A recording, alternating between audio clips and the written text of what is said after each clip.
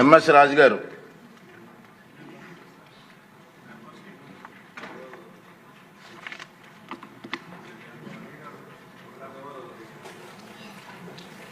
అనంతపురం ఉమ్మడి జిల్లాలో గత 56 సంవత్సరాలుగా రూరల్ డెవలప్మెంట్ ట్రస్ట్ పేరుతో ఆర్డిటి అనేక సేవా కార్యక్రమాలు చేస్తున్న అధ్యక్ష.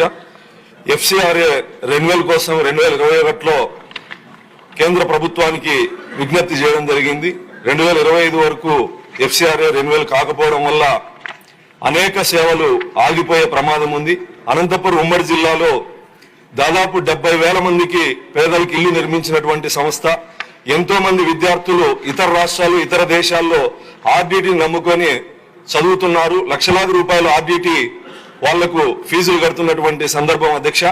అదేవిధంగా మహిళలకు అనేక సంక్షేమ పథకాలు గ్రామీణ ప్రాంతాల్లో మహిళలకు అనేక రకాలుగా ఆదుకున్నటువంటి సంస్థ.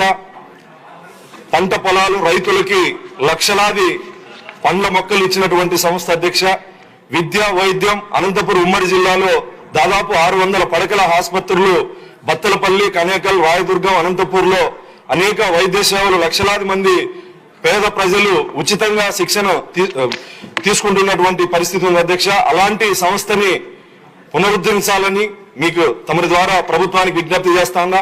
ఎవరు ఒక వ్యక్తి చేసినటువంటి అసత్యపు ఆరోపణలు అధ్యక్ష మత మార్పిడికి పాల్పడుతుందని అసత్యపు ఆరోపణలు చేయడం జరిగింది. నేను ఒక దళితుడిగా చెప్తాను, అనంతపురం ఉమ్మడి జిల్లాలో దాదాపు 90% దళితులు హిందువులే. ఎవరో చేసినటువంటి ఆరోపణల వల్ల లక్షలాది మంది ప్రజలు నష్టపోతున్నారు అధ్యక్ష.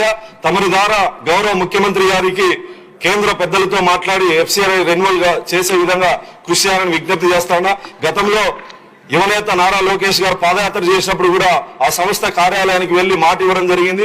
ఇచ్చిన మాట ప్రకారం నిన్న ఆ సంస్థ ప్రతినిధుల్ని పిలుచుకొని కూడా హామీ ఇవ్వడం జరిగింది అధ్యక్ష. మీ ద్వారా రాష్ట్ర ప్రభుత్వానికి విజ్ఞప్తి చేస్తాను అధ్యక్ష.